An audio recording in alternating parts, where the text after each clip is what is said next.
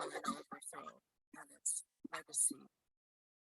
The ʻOnipaʻA centennial observance was captured by David Kalama and crew from hours of footage documenting events not only here but at the palace grounds and sites throughout Honolulu town's historic district. Came alive through musical performance, prayer, historical reenactments, speeches by Hawaiian activists, and formal cultural protocol. Where were you during that week in 1993? Just ruminate for a moment. I was in my 30s, and I'm going to now just have you enjoy the film, and we'll have a conversation afterwards with David and other filmmakers here tonight. Thank you. Oh wait, David, yes. Aloha. Aloha. Nice and close. I just wanted to say thank you to Meleanna. I recognize her she's a beautiful dreamer, and she dreamed up this event and said, oh, by the way, you got to go. So I said, sure. I wanted to also recognize Senator Eloise Tungpalan, because she's a navigator who steered the canoe where the event actually occurred. There's a lot of people involved, but she was the navigator. Filmmakers don't like to talk much about their films unless they have to, but I wanted to do a couple of setups. So a lot of people don't realize this was not a one-day event. It was 1 week. And some of the events started as early as 4 a.m. And there's a variety of events. And hey, some of them didn't end until 9 or 10 p.m. So it was, for me, it was like one prayer ceremony after the other. Okay, thank you.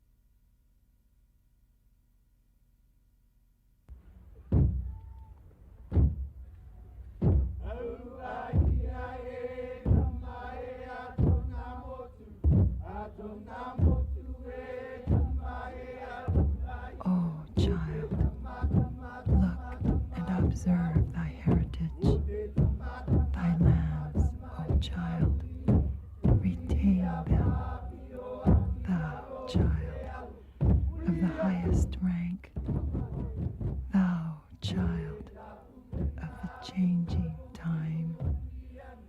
Overthrown will be the foundation, left, lying face downward.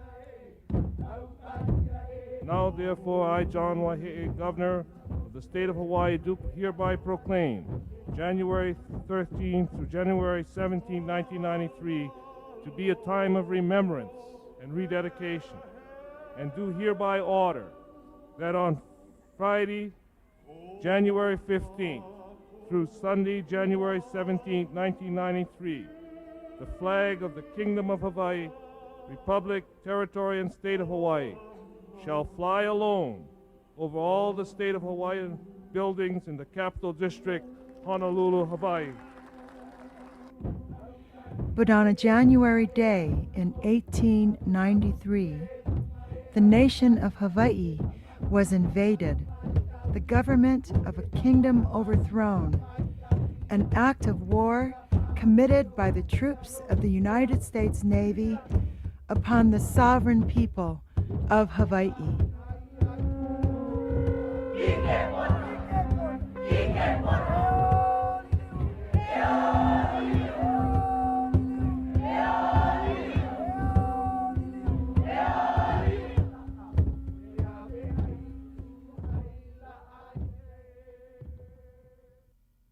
Lidia kamakaʻeha liliʻiōlani, ke aliʻi I noho au puni, ka mōʻī wahine o Hawaiʻi nei.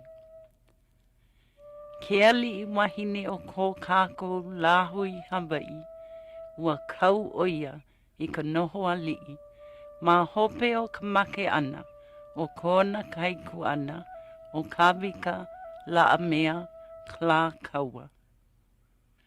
Ma luna o ka loaʻa ana o kona kulana, a mahope mai ua nui wale nā noi. Hoʻolale iho la o ia e hoʻokumu I kuma kanawai hou no ke aupuni o Hawaiʻi nei. O ke ia hoʻololi hou ana ona, he mea I pai o ia, e na poe I imi a loaʻa wale ka lākou. O na mana hou ma o ke kumu kanawai e lau, o ka makahiki, hanele, umikumawalu, kanawalu, kumahiku. O ke kulana o ke kalai ʻāina, ua pō maoli no. Ua nui nā poe I a pono me na hoʻololi ana o ke aliʻi wahine. Ke kahi o lākou a ole no I a pono mai. Ka hoʻolala ana a me ke au puni I kulaʻi ia, ka I hoʻohele I ai I ke alo. Me na hoʻokua ino mai na lahui e a me Amelika hui pu ia. O ke ia mua aku o ko kākou au puni e hoʻoholo I ana I na manaʻo kupaʻa. E nā hanana o ke ia e 5 lā aʻe.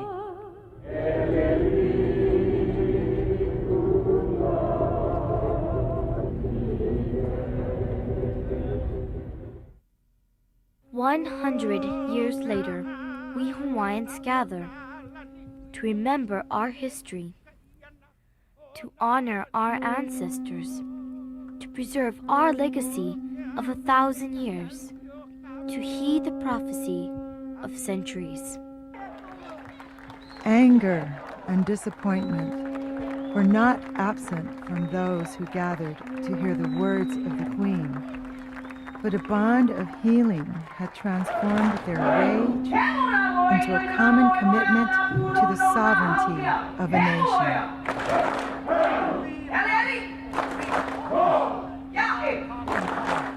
School children and toddlers, families and office workers, ʻāina from all the Hawaiian Islands, Native Hawaiian homesteaders, from Hawaii to Niʻihau, and urban apartment dwellers, taro farmers and truck drivers, dignitaries and common folk, all distinctions erased, save for a common heritage.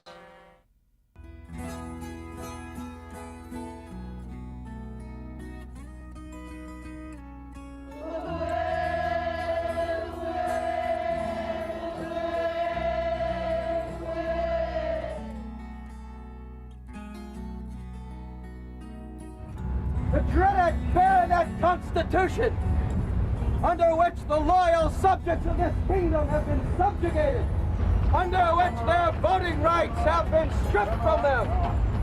These dreaded restrictions are going to be lifted. Everyone's talking about it. The Kanaka Maoli throughout the islands are making their way to ʻIolani Palace. Today, January 14th, 1893, Her Majesty the Queen will promulgate a new constitution. My dear people of Hawaii, I have listened to the thousands of voices of my people that have come to me, and I am prepared to grant their requests. The present Constitution is full of defects, as the Chief Justice will testify, as the questions concerning it have often come before him for settlement.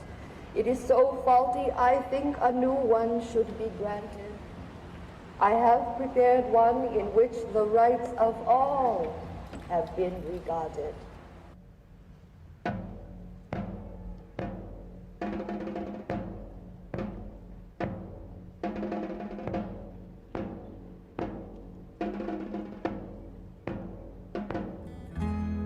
Little did she know it would be one of her last official acts as a reigning sovereign, or that she was addressing the last legislature held in the Kingdom of Hawaii. The ceremony at the judiciary Aliʻiōlani Hale was to commemorate the closing of the legislature by Queen ʻIolani. The decree of providence and the constitution of the kingdom having called me to occupy the throne of Hawaii, it is my earnest prayer that divine assistance may be vouchsafed in the permanent exaltation and benefit of Hawaii.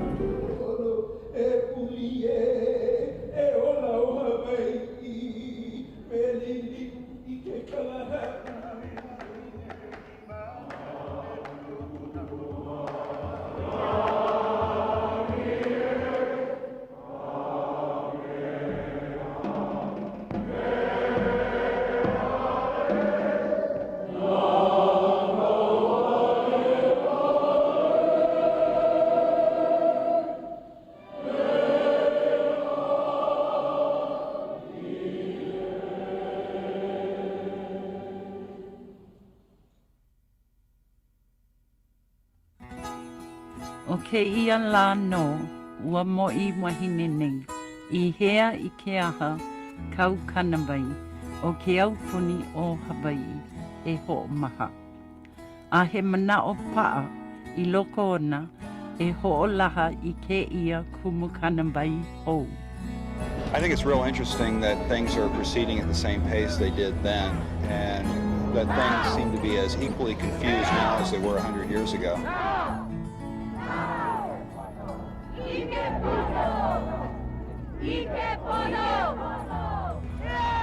When I saw the black bunting on the palace, it hit me ever so much more. I cannot lie, it's very emotional for me. What a long, long road.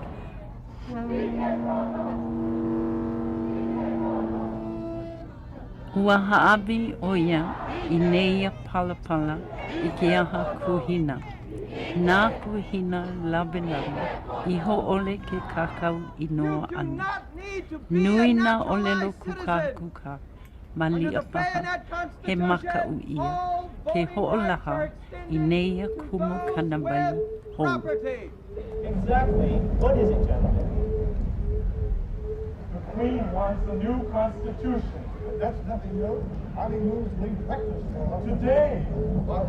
Yes, she wants us to sign her new constitution today. Who does she think she is? Oh, no, she had it in mind. I neia la no, ua hui kona mau kuhina lawe lawe me ke komike o ka pale kana. He poe hana au pulu a me nā lahu e. Most of the native population is uneducated and has no concept of how to run a government. Taro farmers. Is that who you want to see take over here? Don't sign the Constitution. And under no circumstances are you to resign your positions as ministers. And tell your two colleagues, Parker and Cornwell, to do the same. The reasoning is sound, but she'll demand an explanation. Say something. Say there are flaws that need correcting. Say there is danger of an uprising from opposing forces. Do you think there is? Yes, I think so. Stall her. It will give everyone time. Gentlemen, this could be it. An opportunity knocks. It might be dangerous, but at this point, you can think about proclaiming a position of government. It sounded really ambitious, slightly outrageous, really challenging. They asked me if I would write the script, and I said yes. And one of the reasons I decided to do it is because I feel like events like this, performance combined with history, is really a powerful educational tool. Gentlemen, please come over here. Like a word, for God's sakes, man, everyone knows what's going on. It's going to be today, isn't it? She's going to do it today. It's about time. We'll be the first to take the home. We'll be home first. Calm down, everyone, please. There isn't a problem, is there? It's just too soon. She shouldn't just spring out with a new constitution and expect us to sign.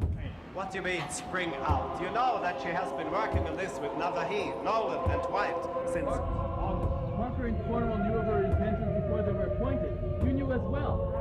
Now, there's a right way and a wrong way to do things. I see. And yes, and they're just probably a little bit different from the way you do things in Germany and Greece. Oh, please enlighten us on the right way. A consensus of officials, those with government experience. The government should be for the people. Not for itself.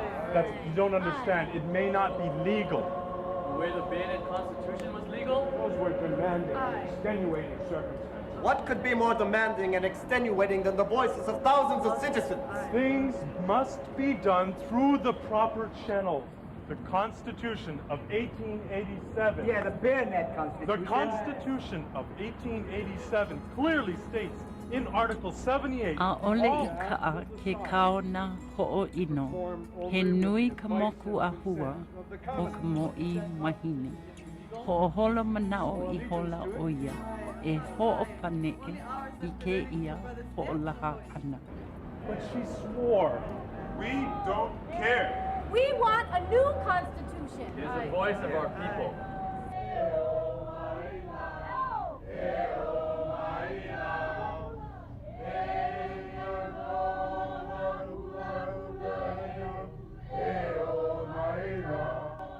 Constitution suited to the wishes of the dear people. I was ready and expected to proclaim a new constitution today as a suitable occasion for my people. But with regrets, I say I have met with obstacles that prevented. Return to your homes peaceably and quietly, and continue to look toward me, and I will look toward you. Keep me ever in your love. I am obliged to postpone the granting of the Constitution to some future date. I must confer with my cabinet ministers, and when someday, after you return home, you may see it received graciously, you have my love. And with sorrow, I dismiss you.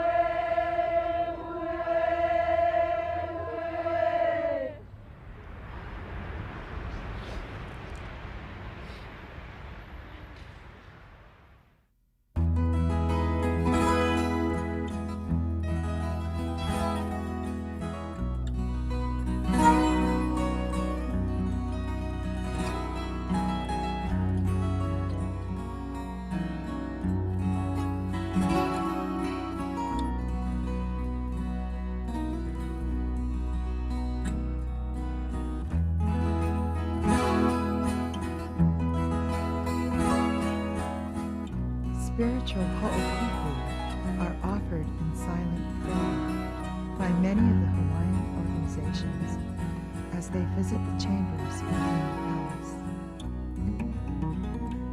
They bring gifts of love, gifts of respect, gifts of pride and devotion. You know, I'm so happy that our people have come together to share their ho'okupu for the Queen. I recognize that not everybody may have the same path at least there's a recognition that we're moving in unison, our spirits are coming together. I think that's really beautiful. I can feel it, everywhere I go.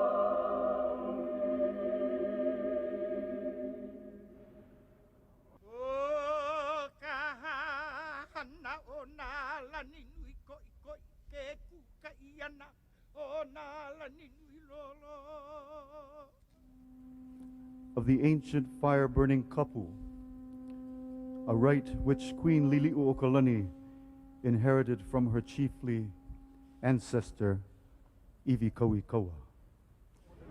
The torches were lit at midday on the first day, to burn bright in day and night, for 100 hours until the final hour.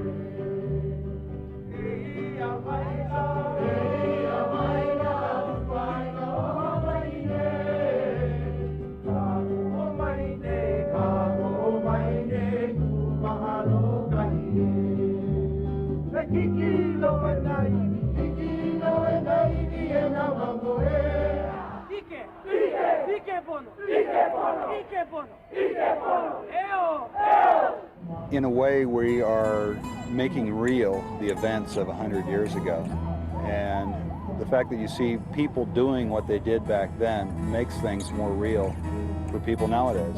If they'd had video cameras 100 years ago, people wouldn't think of this event in such abstract terms.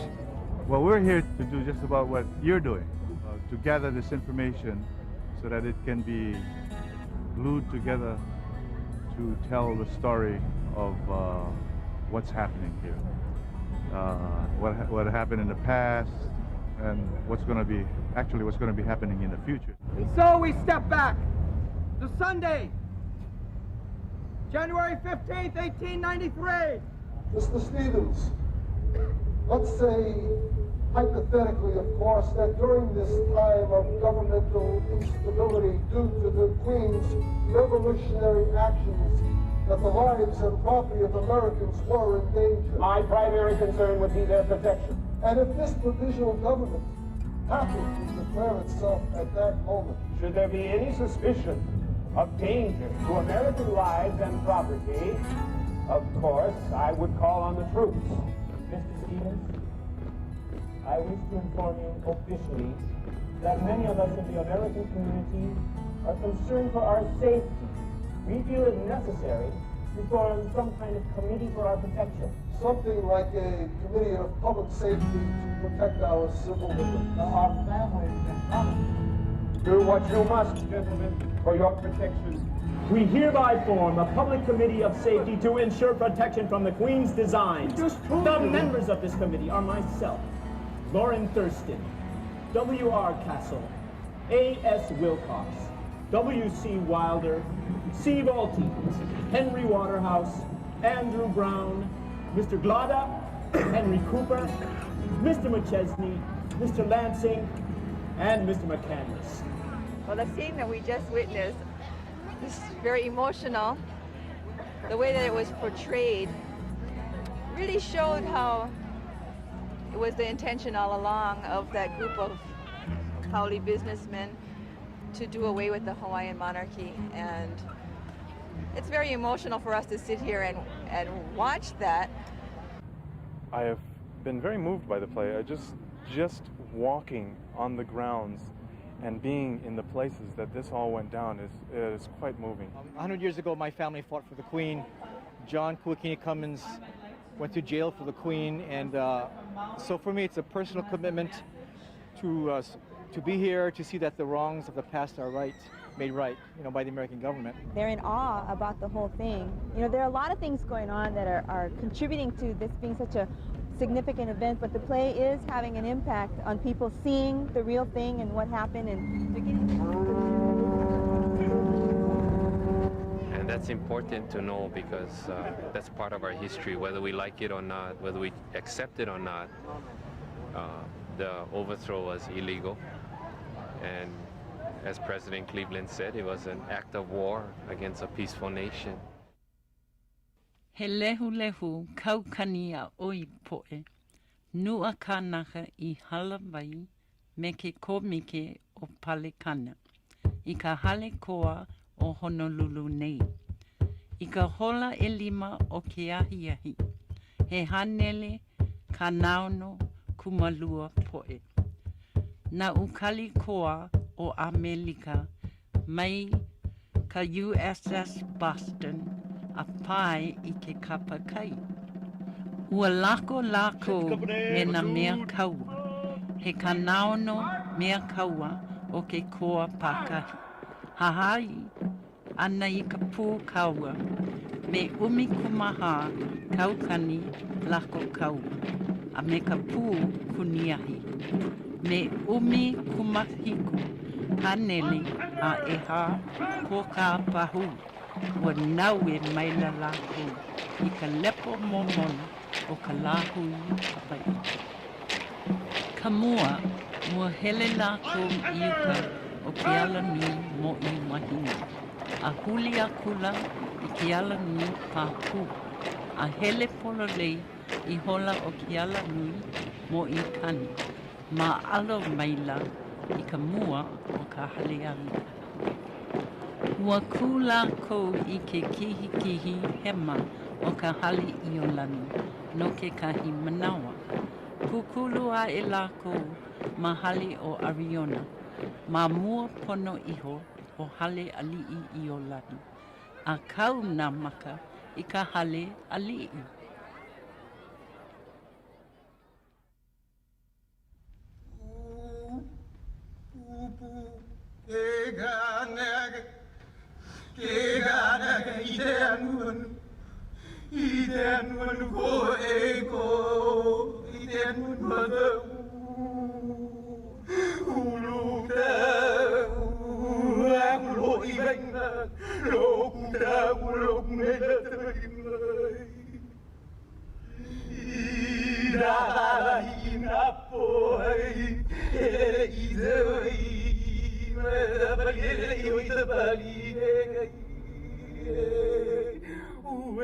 Hauʻoli noho I wau ke hui ma'aneʻi no ke ia huakaʻi I ka hale ali'i.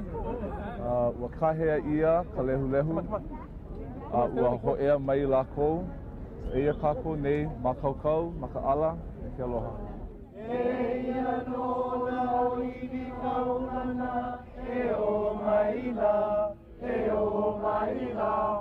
Eia no na pulapula e o maila, e o maila.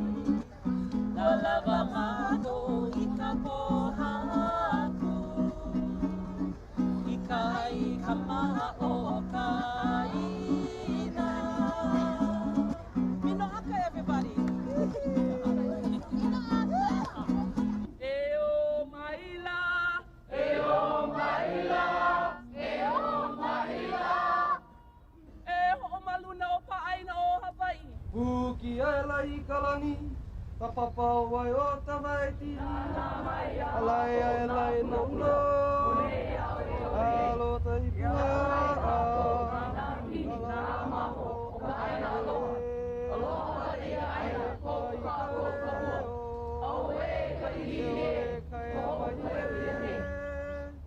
think it's good for young people to know, especially Hawaiian children, know what happened, but to have an understanding of the events, which is why I think this is great.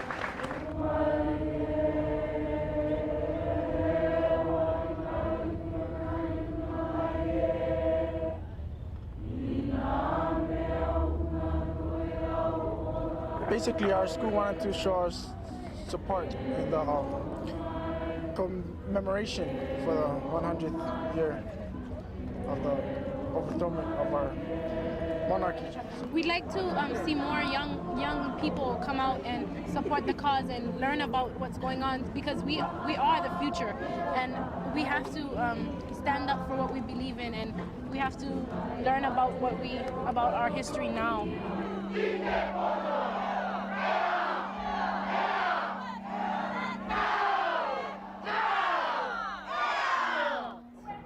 You're still overwhelmed with the joy to see so many Hawaiians together. I think this is one of the greatest experiences that's happened in the Hawaiian community and in the state in this decade, certainly perhaps in this century. Really, this is not history being reenacted. This is history in the making. You can feel the emotions of people coming out as they further understand and have the opportunity to share and experience what's going on. Being 100% Hawaiian, you know, it's our time to come out and support the Ohana and all the people here. Excellent. I mean, you can feel the mama inside. You can feel them. What is going on? What are all these people doing here? So there's a problem. And we're trying to say, remember us. This is who we are. It's about time that not only us Hawaiians, but other non-Hawaiians realize the true picture of what happened. Today, we have precedent.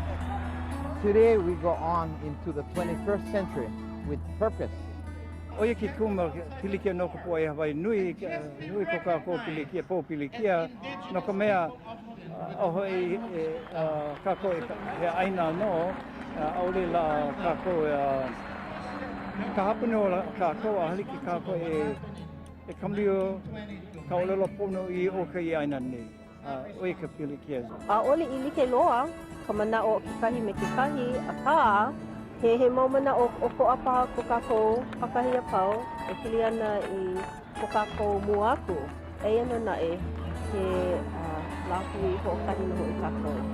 Mālama no hoʻi kākou I kela manaʻo a ohe mea e pono ona ia I kākou.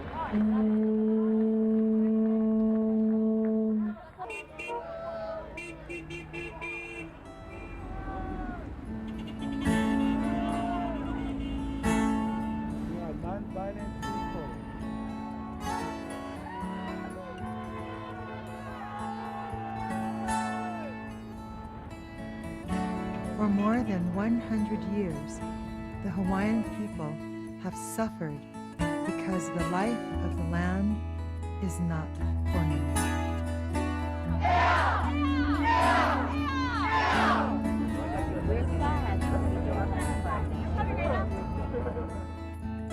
For some, it is economic. For others, it is social. And for many, it is political. But for all Hawaiians, it is spiritual.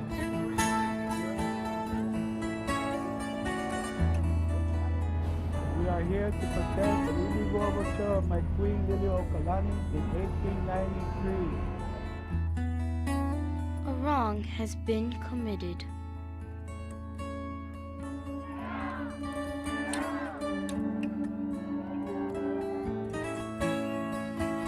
The wrong must be made right.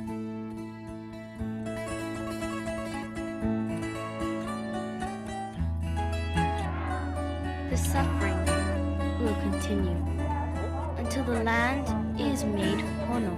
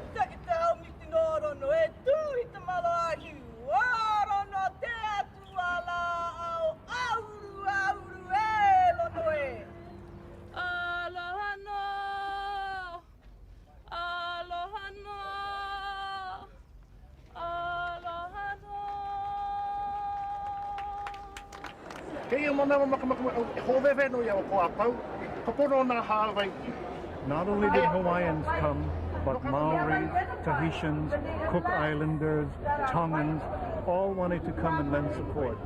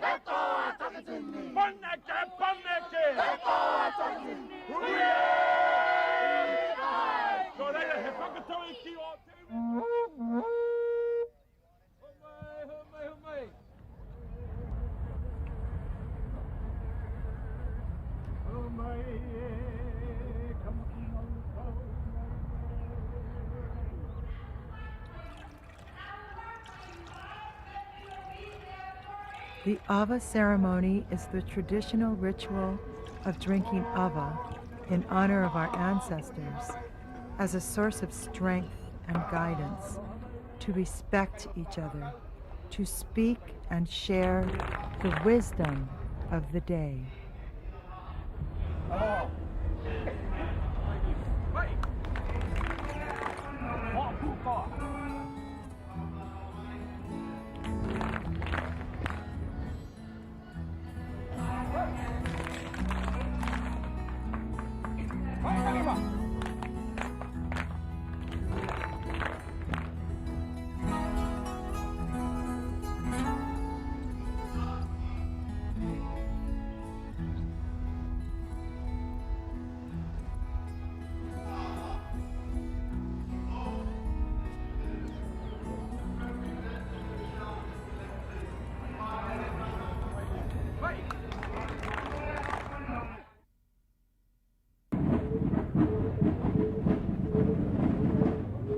Ua hui ke komi ke palekana, ma hale Aliʻiōlani, e ku kala ai, ke au puni hou ku I ka mā. Hoʻonoho ia o Sanford B. Dole, ka peliki kena. You accepted the position as president of the provisional government. Congratulations, Mr. Dole.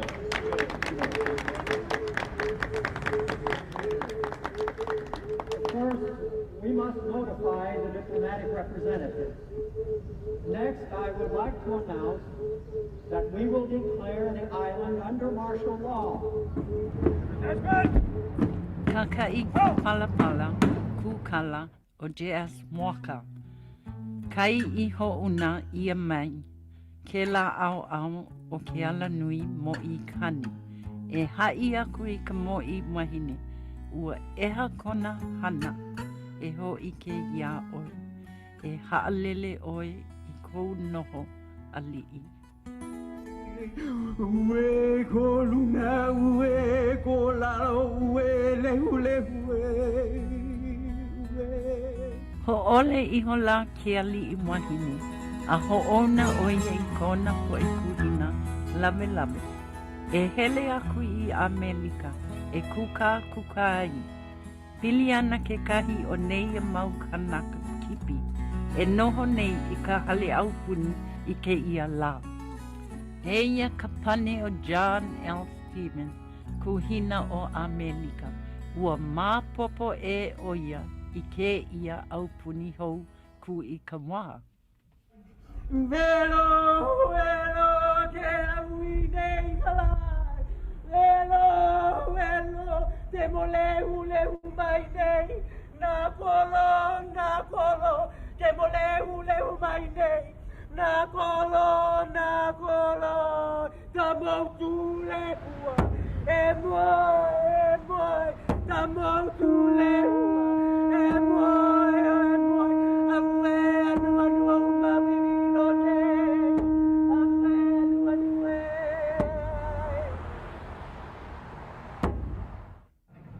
But I think the highlight of my whole life will never ever happen again in this lifetime.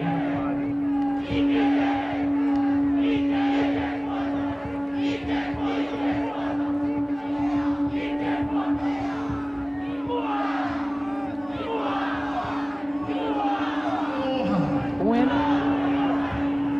we saw our people coming down the steps from Meleanna, and we greeted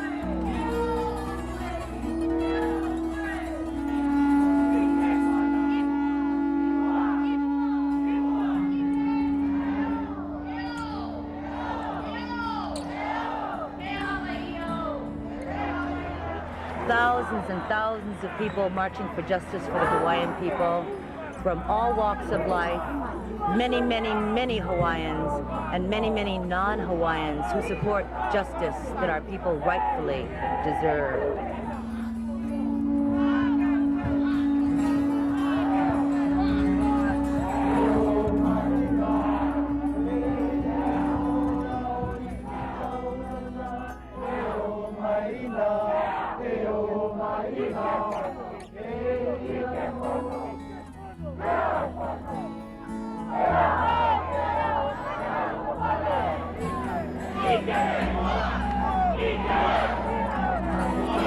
This is really the people's day.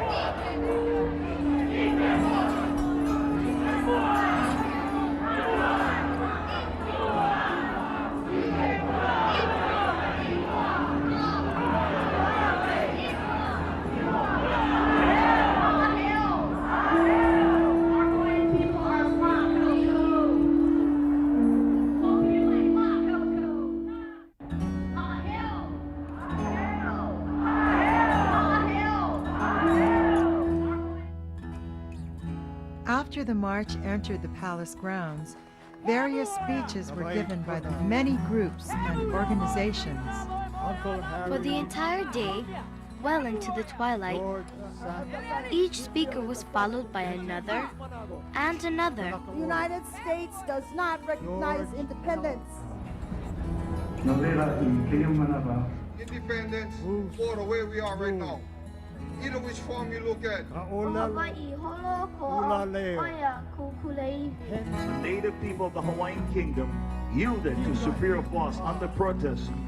I will apologize for the involvement of some of those who preceded us in the unprovoked invasion of the Hawaiian nation on this date, 1893. And the God or gods to whom we thank.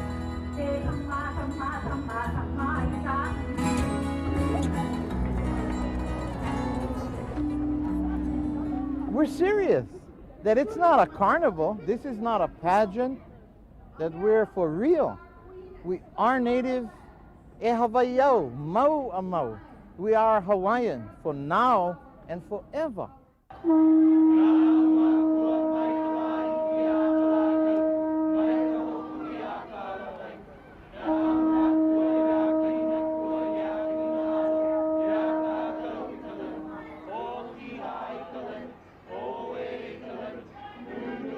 It's a very moving thing to see so many people having brought kohaku from all different parts of the different islands. And there's a lot of presence and power in each of these rocks, and to see them all brought together, I think it's very symbolic to see so many peoples here being brought together. I think the educational aspect of it is, for me, the most moving part of this entire event. So we eat the stones, and that's what gives us our sustenance and our spiritual energy to rebuild our nation. So this ahu here represents that rebuilding of our nation right here, and it is a sacred site and shall remain so.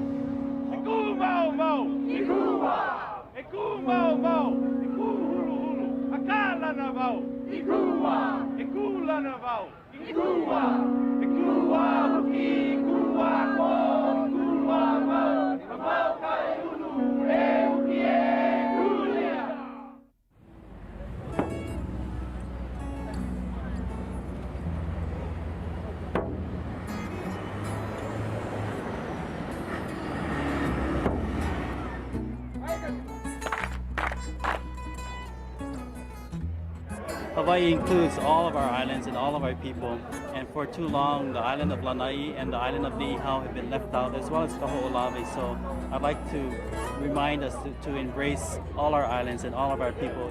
This whole thing is an awesome experience for us. We just arrived from Kauai the other day, and already we feel the flowing of the mana here. Of course, we brought ours with us too.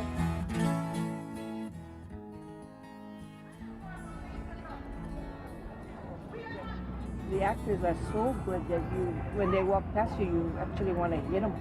You don't get so angry. But that only shows that they're doing such a good job. We love our kingdom. We love our queens. And we love the land that gave us birth.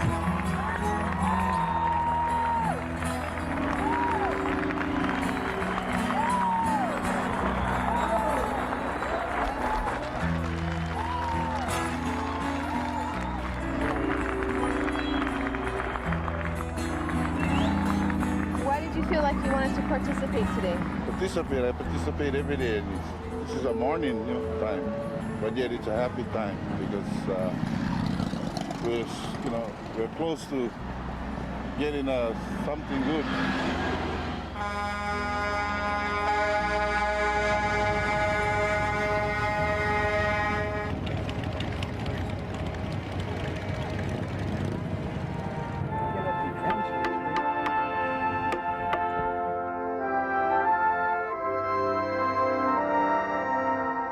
After 25 years, and one of my goals was to move back in 1993, and I made it. And one of my other goals is to teach the next generation about our culture, our people, about the overthrow. There's a lot of different kind of people here, from the grassroots to politicians, the rich people, poor people, but they all came for one purpose. I'm just down here today to be with my brothers and my father, and just to feel Hawaiian. You come down here and you see all these Hawaiians here. I've never been in an area with so many Hawaiians.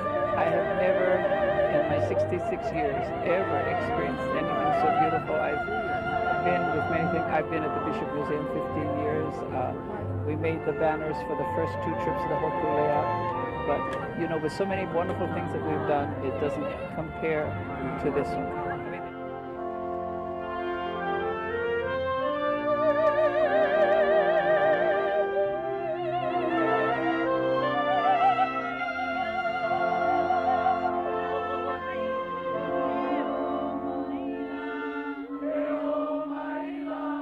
A lot of non-Hawaiians here supporting the programs that are going on, and I think that it's inspirational, and I think this really can be used as a foundation for the future. When all of our events are completed here, we close this chapter and we move on to another level. But they got to recognize first that we are here, sovereign. Then everything else will fall in place.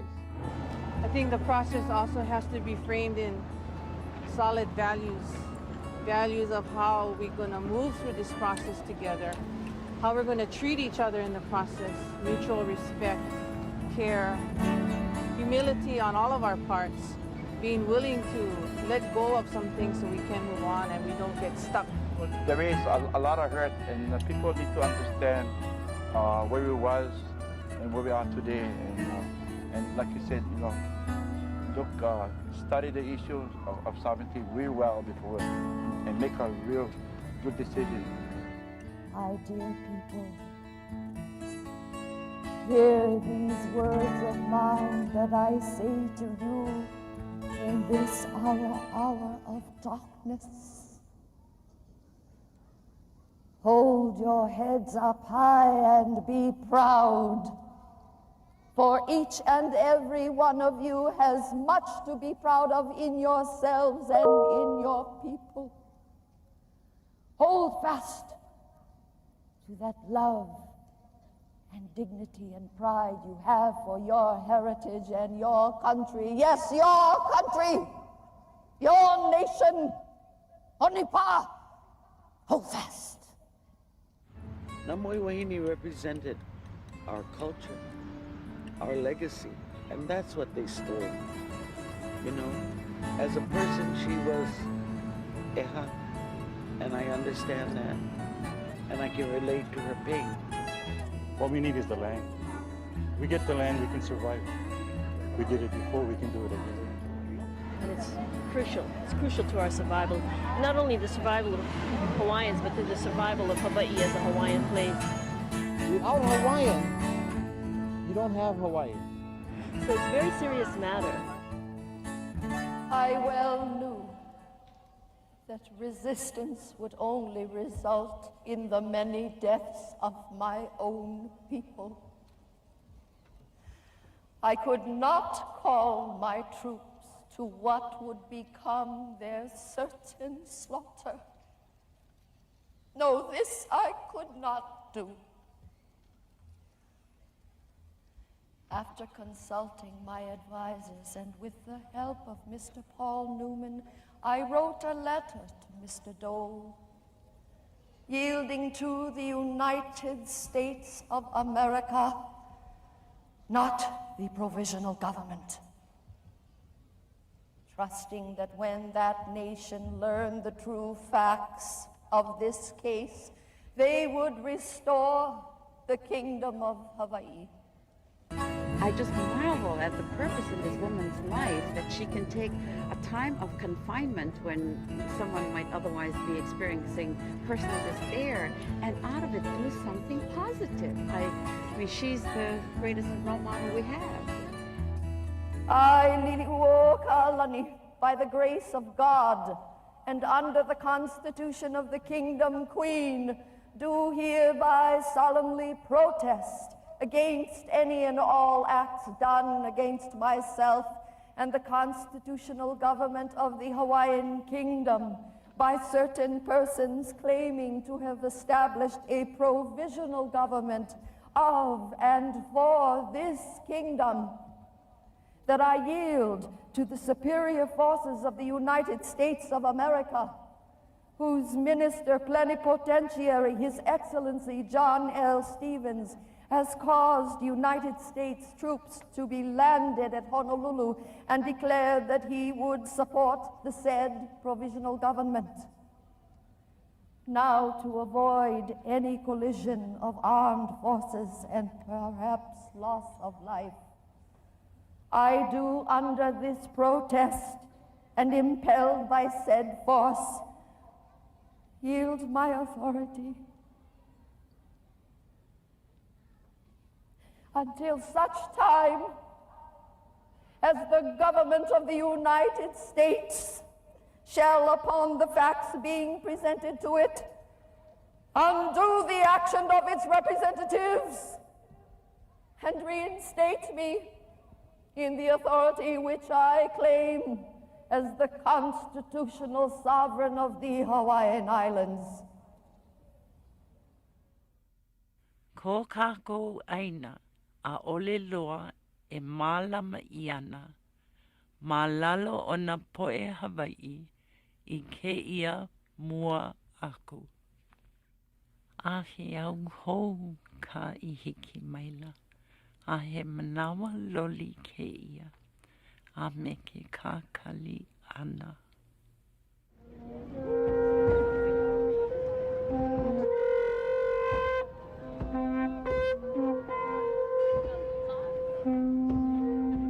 Because of these wrongdoings, we must be deeply committed to a better future, and we must have within our hearts and minds a burning desire to take up the task and move forward and regain what is rightfully ours. Oh boy, all the way, look at us, right buddy? All the way, buddy. By following the plan laid down 100 years ago by our mo'i wahine, Queen Aliʻiōlani, ʻOnipaʻA. Move forward with steadfastness.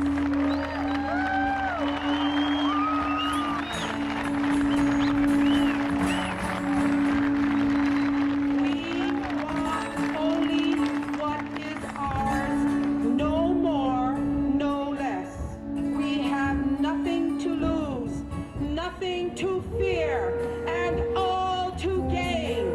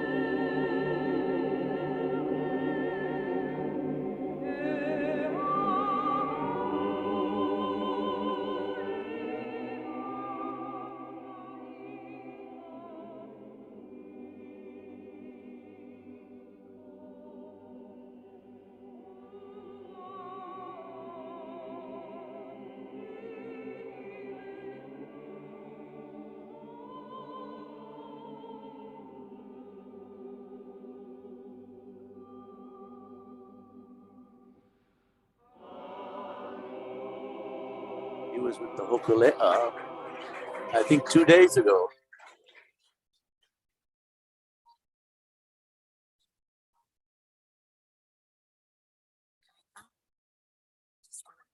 Yes, we not rehearsed, but we met this week talking, and perhaps you could start us out, because actually the reason I invited these young ones, right,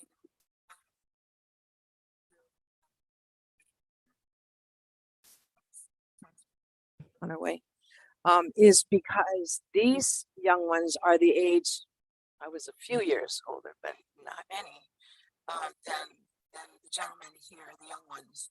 And Sancia was not born when in 1993, she's just 26.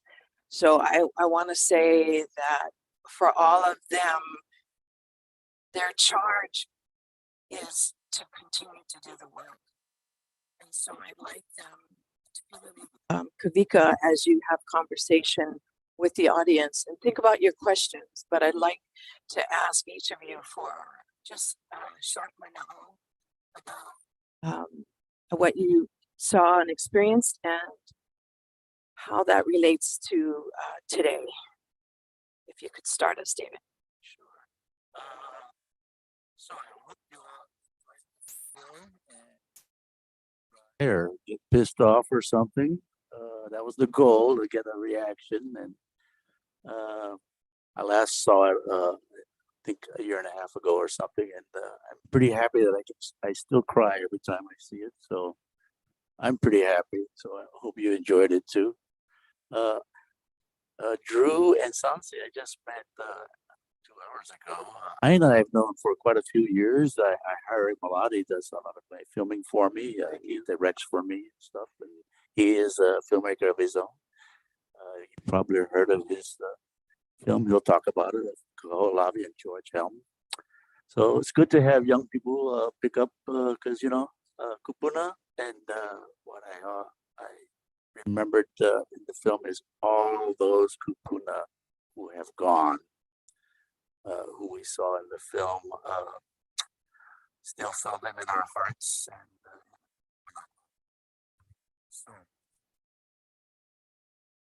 so anyway, I know. Thank you for having me on this panel with you folks today, and mahalo Kalama for making that film and also hiring me occasionally. I think this is my first time watching this production. We've talked about it a little bit and talked about the moment. I think I was there as well in 1993 on my dad's shoulders, and kind of mostly just remember the sea of red and the energy. Not really, I don't think, understanding exactly what it meant to all of us. And so thank you for capturing, this and being able to have it live in its form and all that energy. And yeah, allowing us to time travel in a way back to that moment. Kind of the takeaway I think I just got mostly from this last third act was what really the foundation of the event and the moment was, the hurt and anger and pain that us being Hawaiian together in all types of ways, especially through art or the artisans in some of those shots, and the practices like the ahu building and the unity, all of those things that kind of give us joy and sense of identity, but in such a scale that we all were there. If you were alive in Hawaii, that I've seen that replicated, and I think I just wanted to, honor the brave people of that time, all of the people that organized it and that spoke and attended, that just was needed to unify. And I think seeing iterations maybe of it in these past few years, especially. I think Lahaina comes to mind a little bit in terms of the quickness that we care and the deepness that we care for each other. And I think as storytellers, the way that we at least are there to capture it and ideally, bring it back to life through a film. But really, to remember those kupuna that had passed, to see some of the people that are still alive and some of our teachers, and even, maybe there's a shot of myself, and then to be able to lock that moment in. And continues though, every single, and so it's our jobs to be there, capture, tell the story, and inspire. And so thank you.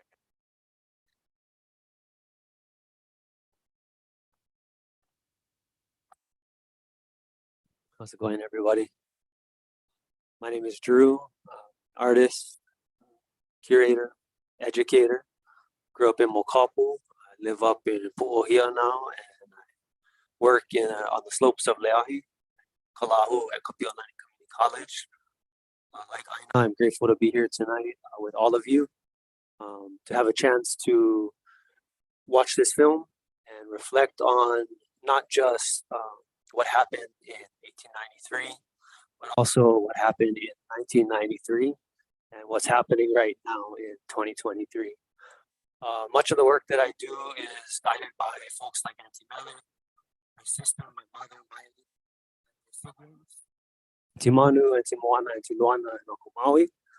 And so I feel like there's, whenever you have a chance to acknowledge family, it's important to do so. And I think a lot of the work that we all do depends on family, on friends.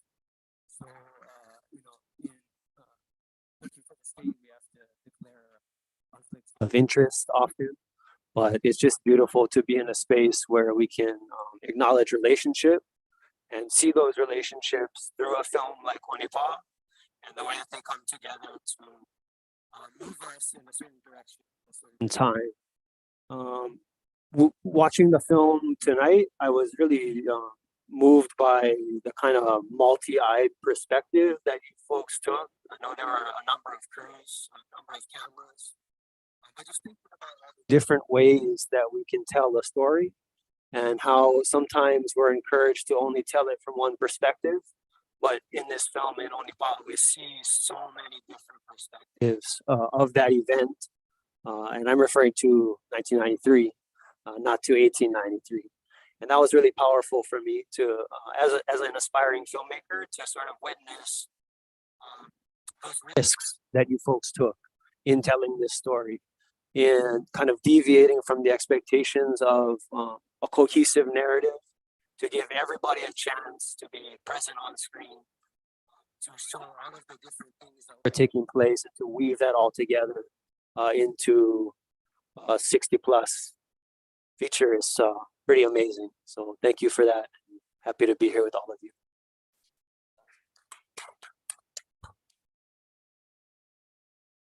Aloha kākou. I'm Sancia Mi'ala Shiba Nash. I'm from Kihei, Maui, and I live in Pu'ohi'a here in Oahu now.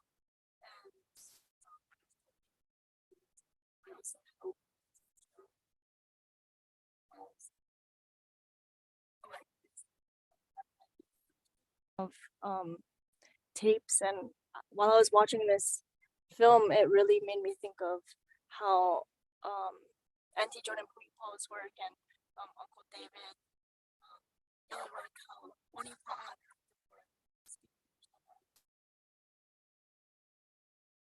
it was just so special.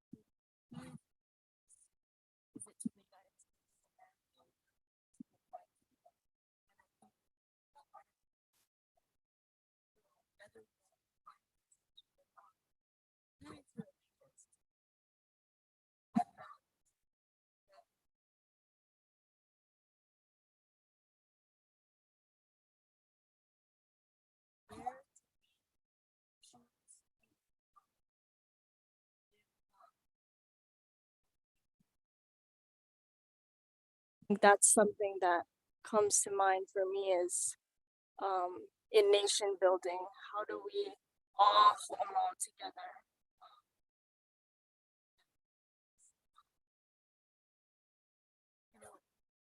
For me, as a Hawaiian young 30 years ago, I was terrified to be a part of any of this because I understood so little. I want you all to know that if you have that sense of dread or discomfort at not knowing, I'm not going to say it's not our fault, but I'm going to say it's because of the purposeful, systemic disinformation, that and lack of information that all of us had while at university and in high school. None of this was taught to me. So you can appreciate the changes that have come about at this point in history where so many have access, where this was not the case 30 years ago.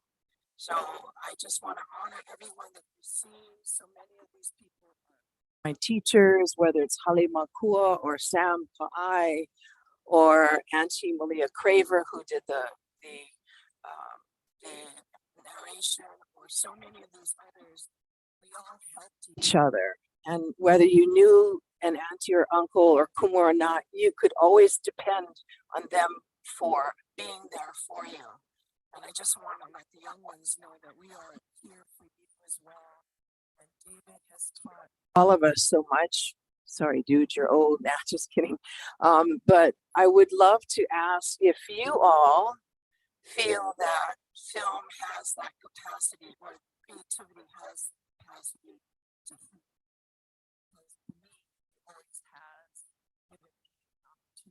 to not only be reflective, but also to empower and enable others. So if you could just share about that.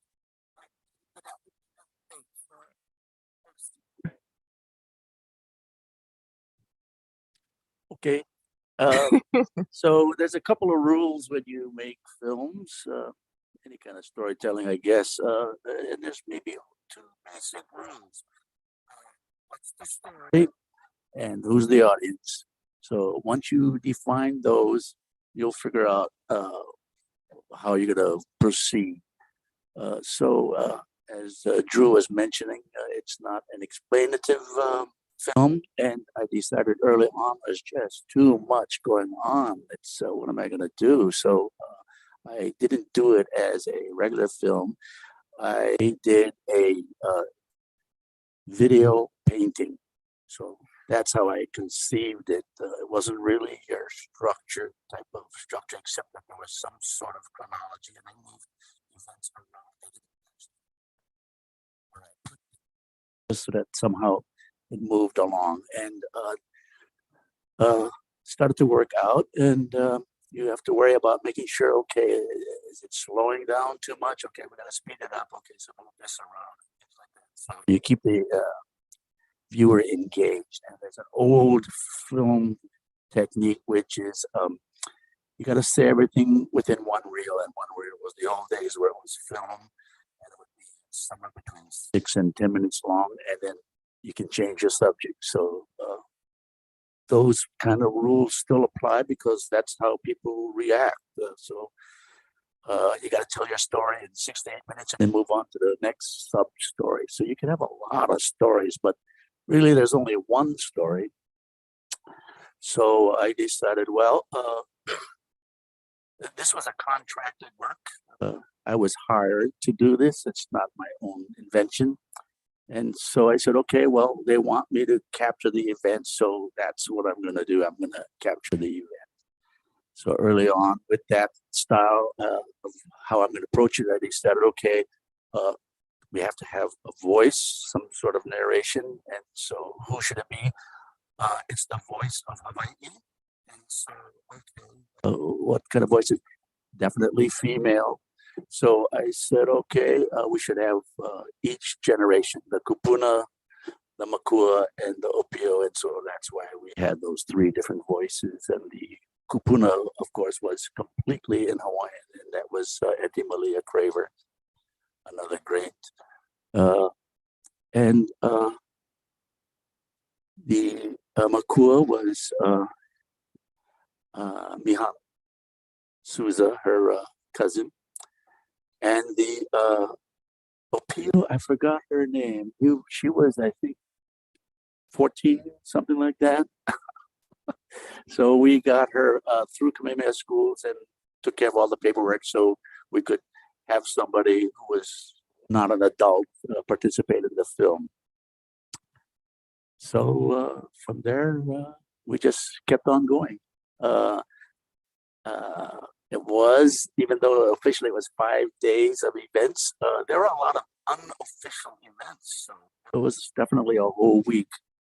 And we had, I had 7 crews. Some crews were only 2 people, some were 3, one was 4. So I had about 21 people filming the event, and it was all video. It's all 4:3 in those days. HD was still 10 years away. So, your turn.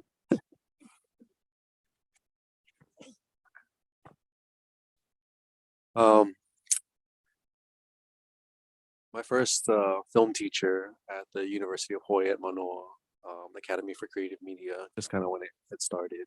I was lucky enough to study under filmmaking pioneer from Aotearoa, Merata Mito. And kind of one of her lessons, kind of paraphrasing, but if your film isn't healing, then why are you doing it? And I think, she's kind of been dubbed as the godmother of indigenous cinema. And I think that's true for a lot of our indigenous films, is that, through what we've all lived through or experienced generationally, internally, I guess, and how we adapt in our day and age. Each film seems to at least address that pain and hurt, and find a way to at least ask the audience or explore with the audience what healing looks like, how they feel at the end of the film. I guess this is a good time to talk about a short film that I made, which is Hawaiian Soul, about George Helm and Kaho'olawe, and that movement that I wasn't alive when it happened, but was inspired by this man, and thought that he is an excellent role model for us today, especially Hawaiians. And through working with his family and really needing to have their blessing, otherwise, there was no other way, I think, to make it. The goal became, bring some healing to this family, regardless of whatever the film does outside of those people, that this is the target audience, the goal in which we should anchor this film in. And so whenever any of those questions of structure or form, that I always have to kind of revert back to, what feels good or what I think will help them, I don't know, feel proud and bring some closure, maybe. Not necessary closure, but I think allow them to speak about their brother or their uncle in a way that is not so heavy.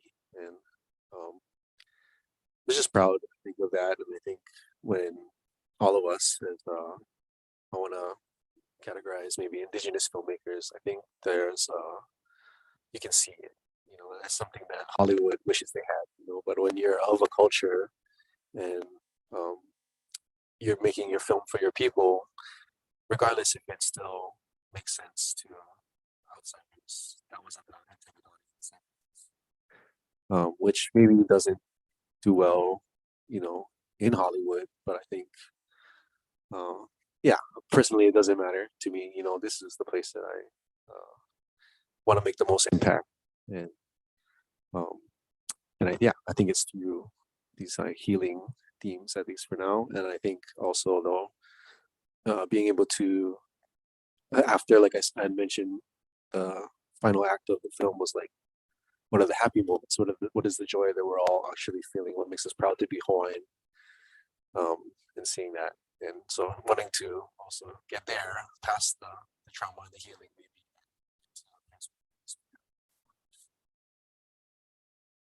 I also want to have you all appreciate that a lot of the stories that we're doing or have been done are purposeful to the soul of us, the collective, whether it's Kaho'olawe that David did as well, whether it's Paikai, whether it's ʻOnipaʻA, whether it's Hawaiian Soul. So these pieces are made for the collective. They're made for all of us, and that's really important. And we have a question right here from Eloise. Yes.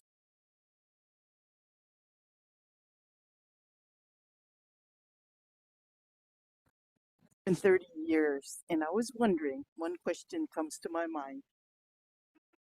As she mentioned, Hawaiian history was never taught to us. You know, what you revealed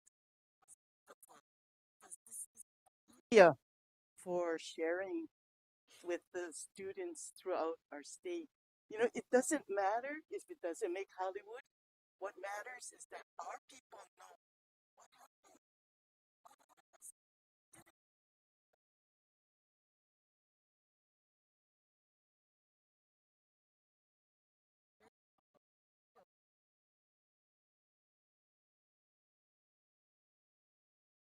When you look at our people, unfortunately, they're on the bottom. You know, they rank highest in the prisons. You know, their socioeconomic status. They don't want to make it in their homeland. So what the question in my mind is this history being taught to you now? What you saw? Did you study this in school? Because we didn't. That's what I want to know. God make it in that. Right. So yeah, we want to know you guys. Okay. Drew? Me first. Oh, no, go ahead, go ahead, go ahead. So it just so happens that I am a long history of Kauai people. My grandfather was the janitor there, and at the age of 13, they used to live right over there. They used to call that area Maluhia, all the church mission house and everything. Anyway, he was present at the events. So I was lucky enough to have my grandfather tell me what happened. First person. So I didn't get it diffused from any other source. And unfortunately, because he told me, and I loved him, of course, he told me, and then I went to school, Stevenson, and they did have a class where we were going to talk about Hawaiian history, and there was a book, and I was reading, and I stood up, and I raised my hand to the teacher. I'm sorry, this is all wrong. This didn't happen this way. No. You have to change the book. What do you mean? My grandfather was there, and he told me, and this is not what happened. So you have to change the book. I was sent to the principal's office for misbehaving, and I was suspended for 2 days. And I don't remember exactly that age, but I believe a month later I was transferred to Kauhaina. So I don't know if that was exactly the reason why, but anyway, if you're lucky enough to have a kupuna who can share with you, and a kupuna shared with me many years ago that history is only 25 years old. It's the time from one generation to the next. If you don't tell the next person, they don't know. Nobody will know. You always have to share your history. And so it should be in every school, and there should be more recognition, and it's a socio-political problem.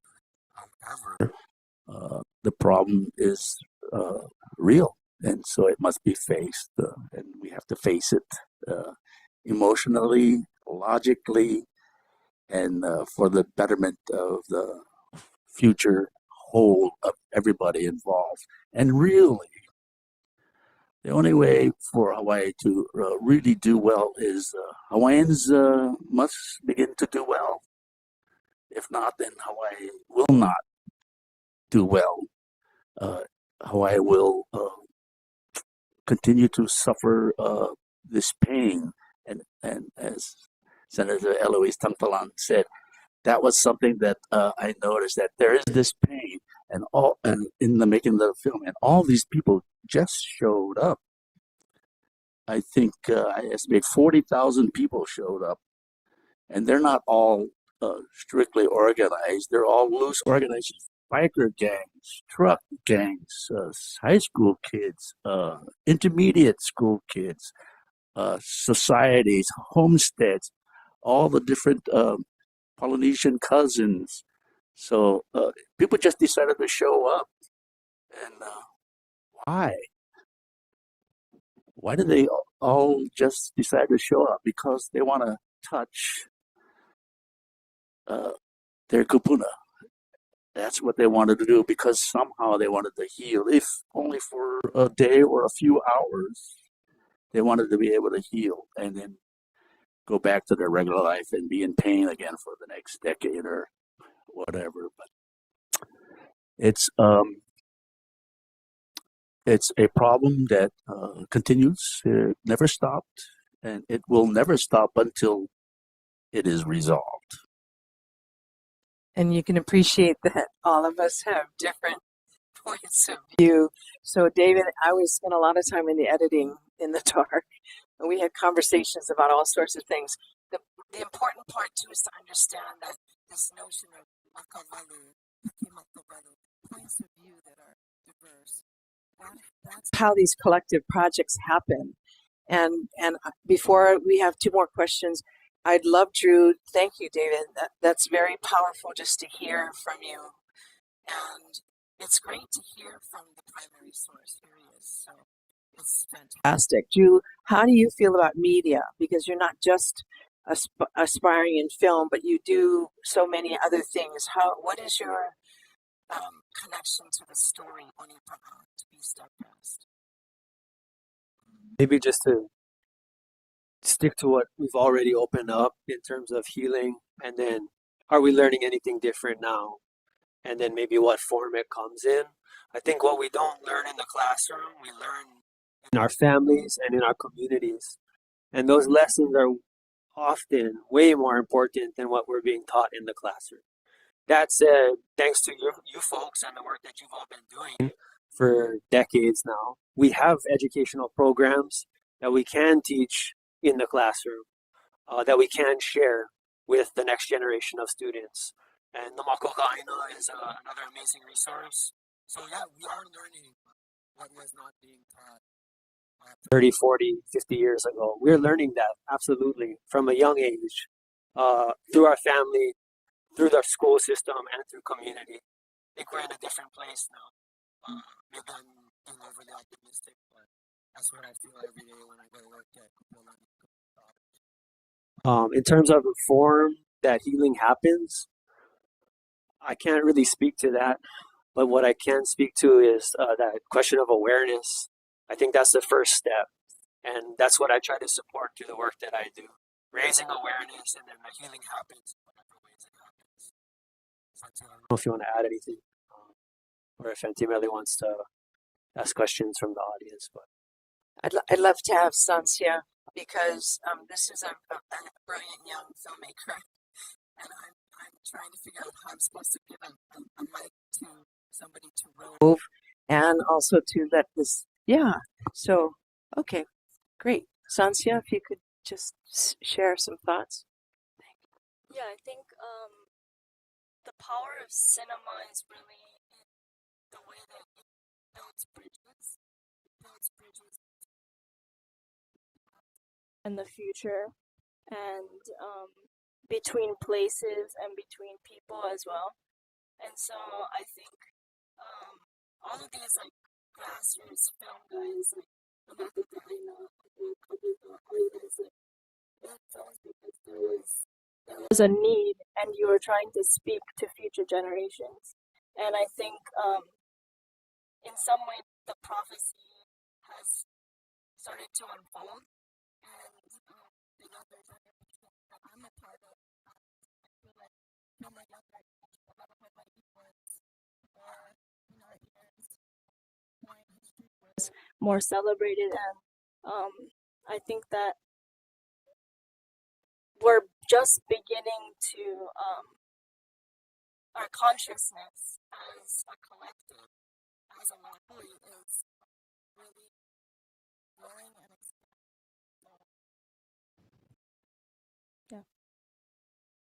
Thank you very much. We have a couple of questions. Hold on. We have 1, 2, 3, 4, 5 in the back. Okay, fabulous. Right there. Oh, thanks, Malia. Kia ora, tēnā koe. My name is Alex. I'm from Aotearoa. So thank you so much for having me here. I guess I'll start with Hollywood, the idea of Hollywood, and this beautiful story that we have just watched. The idea of the overthrowing of Hawaii is such a powerful story that deserves to be told all over the world. So my question to you all, especially the new coming filmmakers, what's the end goal for you? What's the dream?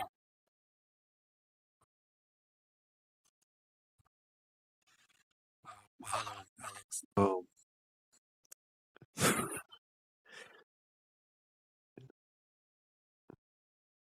It's Hollywood.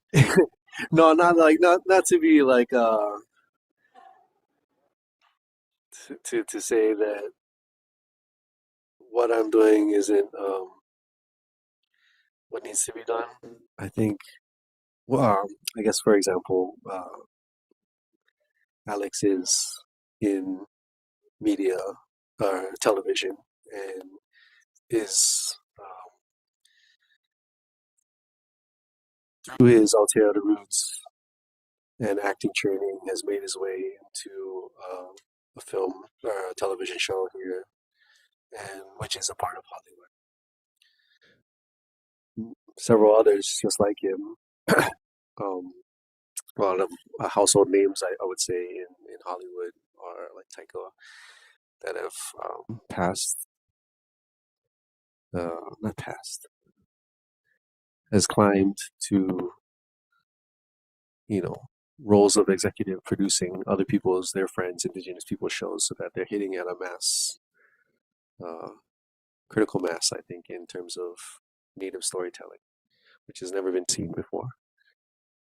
And I made the quip about how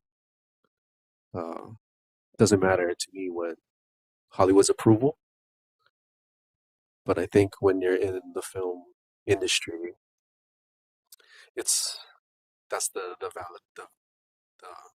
pie, the level at which everyone says or that your stories are being seen, and so if impacting Hawaii and then making a local broadcast television show that had, kind of whatever it is that my voice, I think, is a strong step. But really the way at which media gets consumed in this kind of mass way is still what you want, right? Your voice to come through and share people's voice and change people's hearts and consciousness about Hawaiians and who we are and how we are dealing with what we're dealing with. I'm pointing at Res Dogs and how, as a native television show that maybe hasn't really hit critical mass in terms of outside native viewership, but has the most representation in terms of how I feel as a native person I've ever seen in like a Hollywood studio.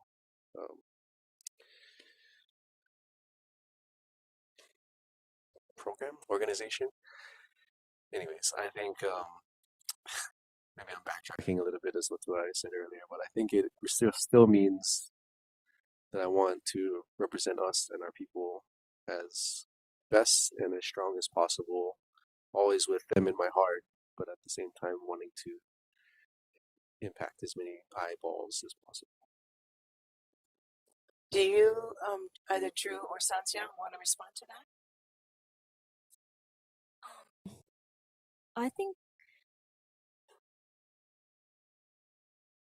we not only have to question the content, but also the form of storytelling that we do, because I think too often we look to Hollywood for things like, this is how you make a movie. It's like a narrative arc, and this is like a progression of what a story is. But I think if we can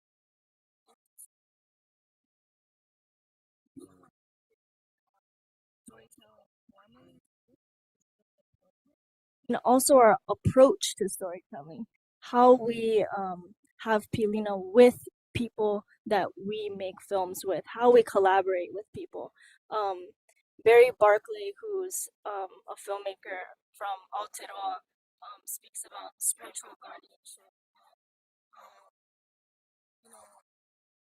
When someone gifts you their image, it's their image throughout the generations to come. So it's not your image to keep. It's an image that you gift back, maybe 2-3 generations afterwards, but it's always theirs. It's never your own, right? And I think if we can move forward in a way that doesn't try to replicate Hollywood, I think that's really important. And yeah, I think we think a lot about content, about content. How do we tell different stories, right? But how do we even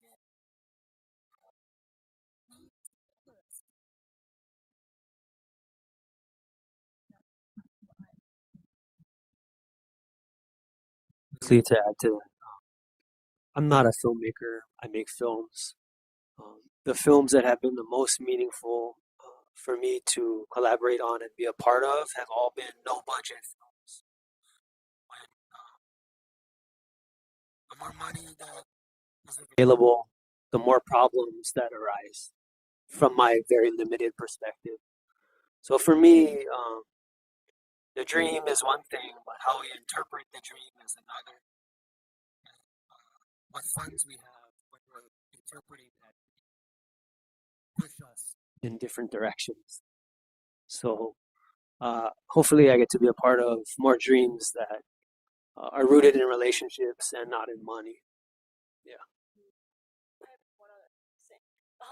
Auntie Joan and Puhipo, when they made Namahoka ʻAina, what their dream was, filmmaking in their eyes would speed up the process for sovereignty. That's really well said. I appreciate that. We have a couple more questions I'd love to. And by the way, there is Ono Grimes shortly, so we're going to try to see if we can get 1 or 2 more questions.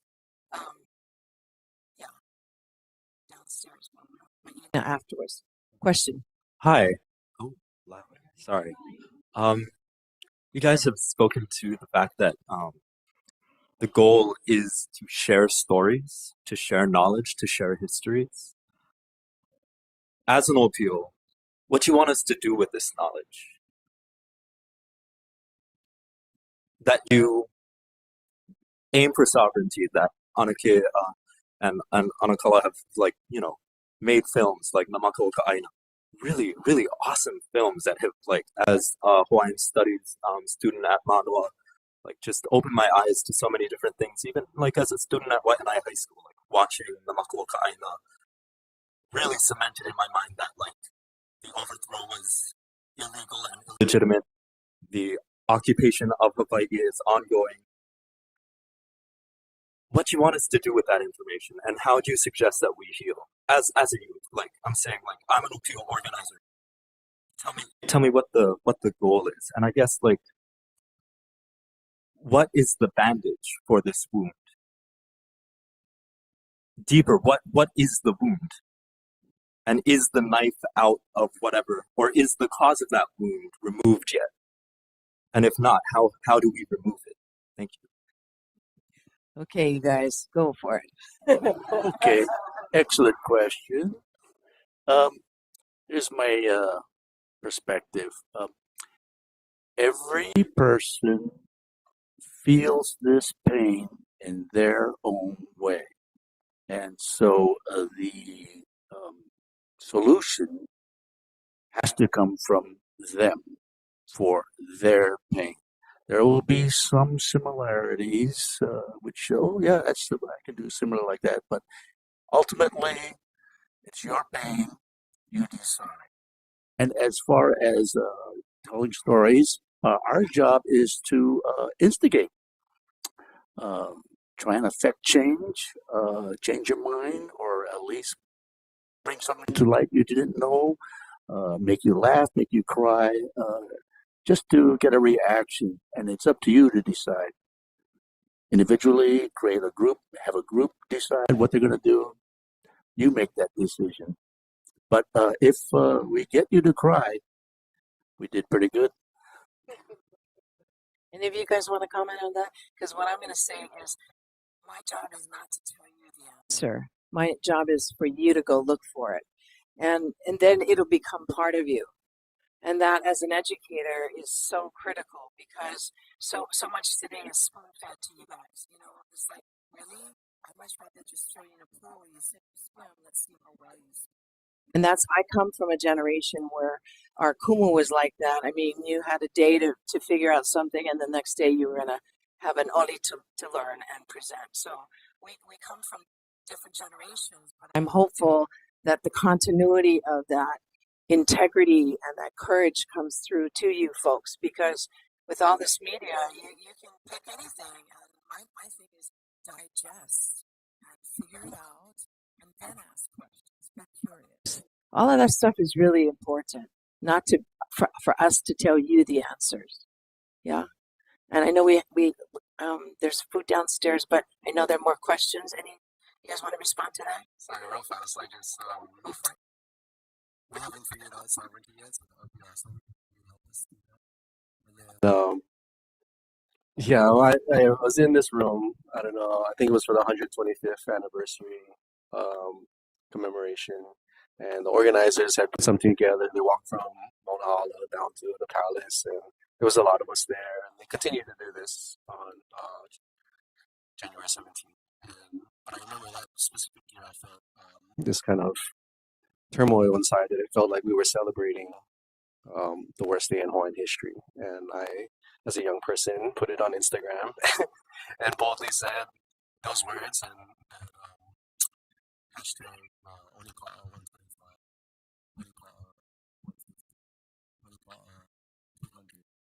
ʻOnipaʻA 500.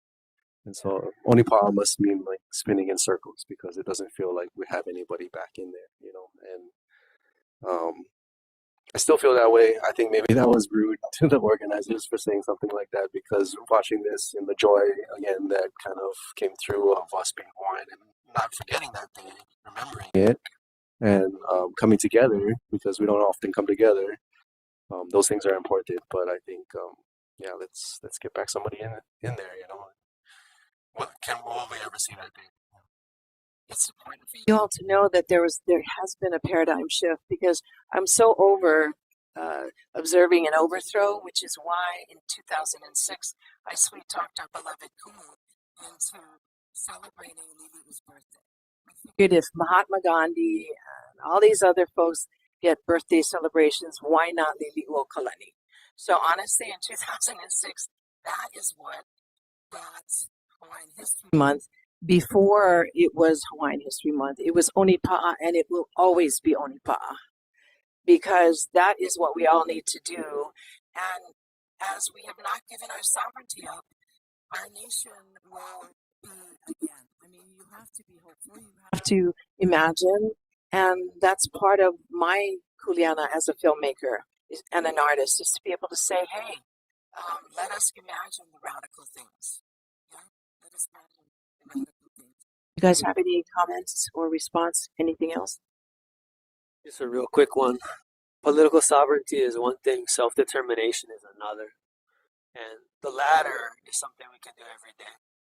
So I think that's where part of the solution that you're looking for lives. And maybe another part lives in the shirt that you're wearing. Yeah, land back. That's all. That's all we want. Thank you. There's a question right here as well. Young man, you get to be a young man, okay? Aloha mai kākou, o au o ke ola ka ohane, no palama mai au, hana nei au i ke keana. Na au au Hawaii, I'm ke ola ka ohane, from Palama. I work in the DOE, in the Hawaiian Studies program in the Office of Hawaiian Education. So this is the first time I saw this film. Yes, it did affect me, Kavika. And so I know you said one of your questions is, who is your audience? And my position, looking at Hawaiian Studies, kindergarten to 12, my wonder is, at what age do you think this film would be appropriate? What grade level? Because I think this is a film that all KK need to learn. I'm part of that same generation that didn't know a lot of this, right? So this would be important. Mahalo to all the filmmakers. You guys are doing your part, right, to do that. Mahalo to Dr. Ron Williams there, and all of his research, primary resources. Mahalo to all those who have translated Hawaiian newspapers, thousands of pages, because all of these things are changing how we teach Hawaiian history, language, and culture. So really appreciate the job of everyone that is doing something towards this. So I guess my question is, at what age, what grade level? And from my position, I'd bring it back to my boss, and we try to get that moving. So mahalo for what you did. Mahalo keola. All right, so I would say high school for sure. However, there is a time when Hawaiian history is being taught, political Hawaiian history of that era. So whenever that is that 4th grade, 5th grade, 6th grade, 7th grade, whenever that is, that's age appropriate to me. Just want to thank you all. There's beautiful food downstairs. I'm so sorry we don't have another hour because this is a semester class right here. I want to honor the judiciary, particularly Matisse, for his support. And Brianna back here, because without them and their support, we wouldn't be here tonight. And it's so important. There's so many more questions. So this is the end of Hawaiian History Month. And Malia, I would love to just thank you for everything that you do. Can we please honor Malia?